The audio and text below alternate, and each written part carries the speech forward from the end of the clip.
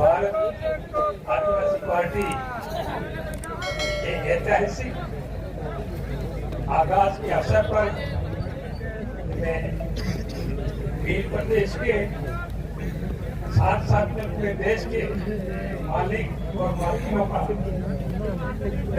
के चरणों में नमन करता हूँ, जोहार करता हूँ। और साथ में हमारे मंचा सिंह राष्ट्रीय कार्यकारिणी के सदस्यगण और मीडिया कर्मी, आप सबका मैं हार्दिक जोहार अभिनंदन करता हूँ। भाइयों, ये एक समय है जो 75 साल तक कांग्रेस बीजेपी ने राज किया और आपको मालूम होगा मानगढ़ में 1507 आदिवासी मारे गए थे। ये हमारे पूर्वजों का सपना था। उस सपने को भारत आदिवासी पार्टी साकार करेगी।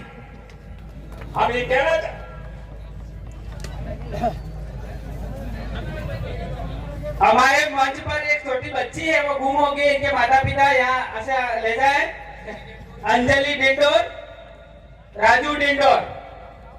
इनके पिताजी का नाम है राजू डिंडोर, छोटी बच्ची है अंजलि डिंडोर।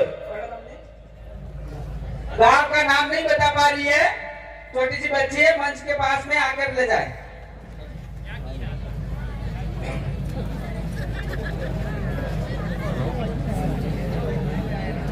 तो ये हमारे जो पूर्वजों था, पूर्वजों के जो सपना था, उस सपने को साकार करने के लिए भारत आदिवासी पार्टी का आगाज हुआ है। आज देख रहे हैं पूरे देश के अंदर जो नरेंद्र मोदी है, वो स्पष्ट बहुमत की सरकार बनी थी। स्पष्ट बहुमत था।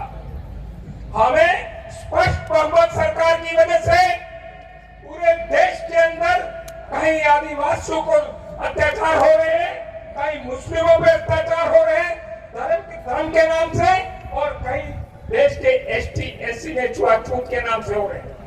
ये जो अत्याचार हो रहे हैं वो लगातार हो रहे हैं।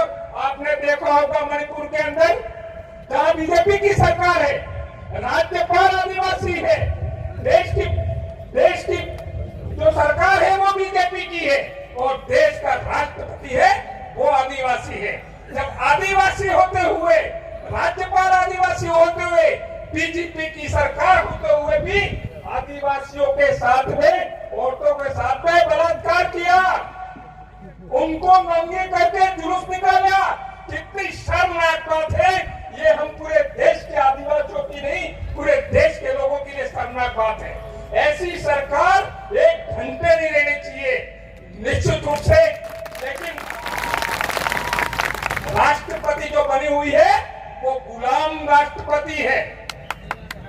ऐसे गुलाम राष्ट्रपति को शर्म आना चाहिए, नहीं तो मणिपुर की सरकार को बर्खास्त करते केंद्र सरकार की जिम्मेदार थी।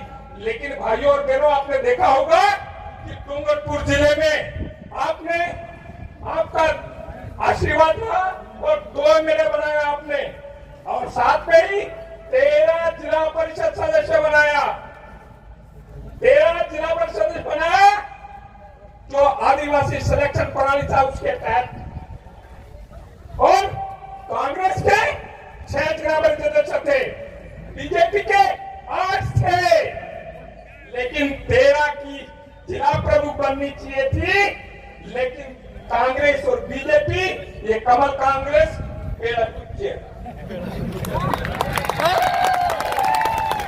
अरे पेड़ हुई तो हुज्जा पूरा ताड़ ऊपर थक गया।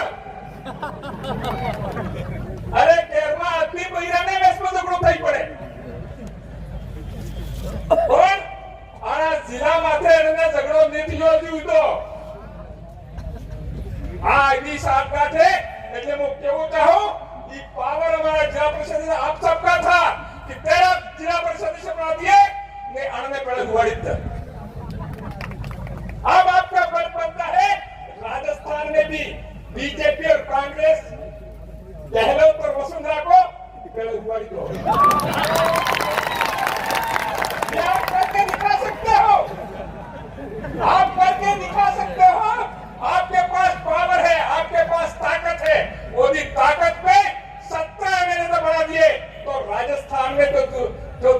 हैं कि ये जो भारत आदिवासी पार्टी है उसको ज्वाइन करने तैयारी कर रहे हैं।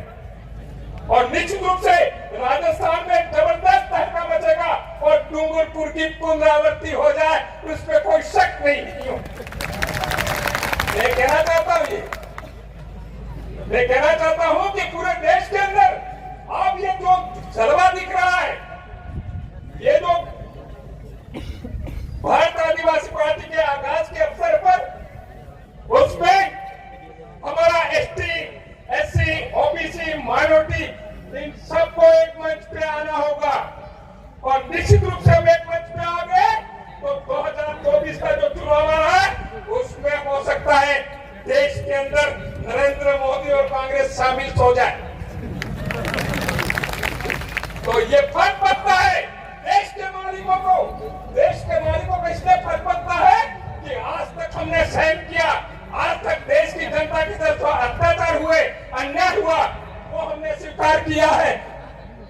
और ये देखा हमने कि क्यों हो रहा है ये इस वजह से हो रहा था कि जो सिलेक्शन पावर था, वो सिलेक्शन पावर इन कांग्रेस और बीजेपी थे, उनके उद्योगपति थे, लखपति थे, करोड़पति थे, उनके हाथों में था। वो सिलेक्शन करते थे, जो एमएलए सिलेक्शन करते थे, एमपी सिलेक्शन करते थे, वो उनके गुलाम होते हैं, उन्हीं का सिलेक्शन करते थे।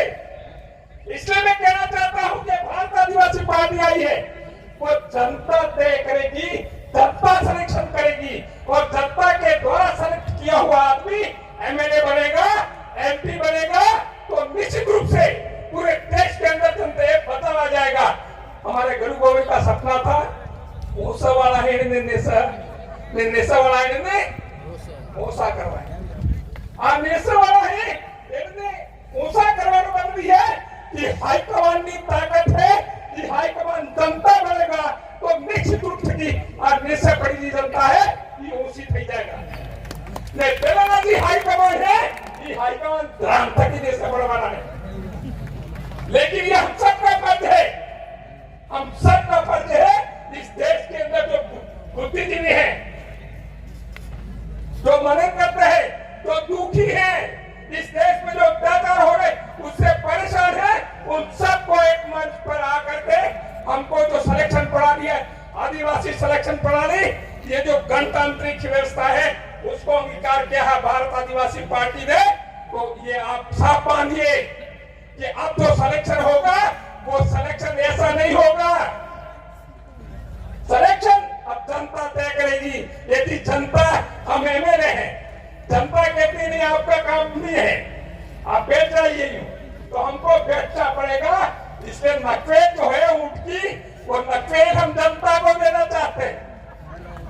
जब जनता के पास में ऊंट की नकवेल होगी तो हमारा हाईकमान है वो भी धाराशाही हो जाएगा। ऐसा गलत करने की सोचेगा तो निश्चित रूप से उसको एक बार नहीं 100 बार सोचना पड़ेगा।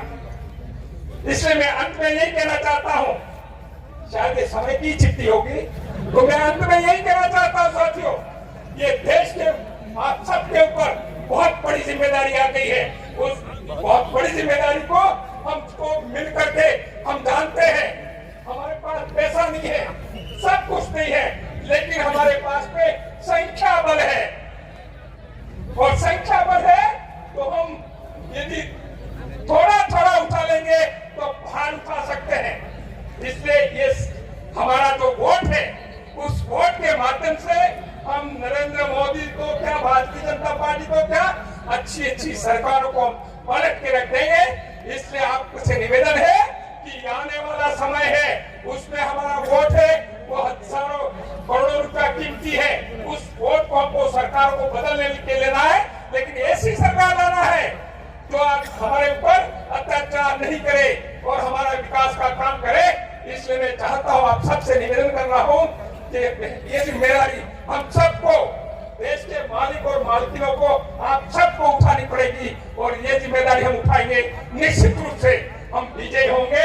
इसी उम्मीद के साथ मैं आप सबका हार्दिक जोहार, अभिनंदन करता हूं और एक नारा बोल देता हूं, बोल देना, अरे जय झारखंड वाला है। ये आवाज दिल्ली तक जाना चाहिए, जयपुर तक तो पहुंची। अरे जय जोहर का नारा है, अरे जय जोहर का नारा है।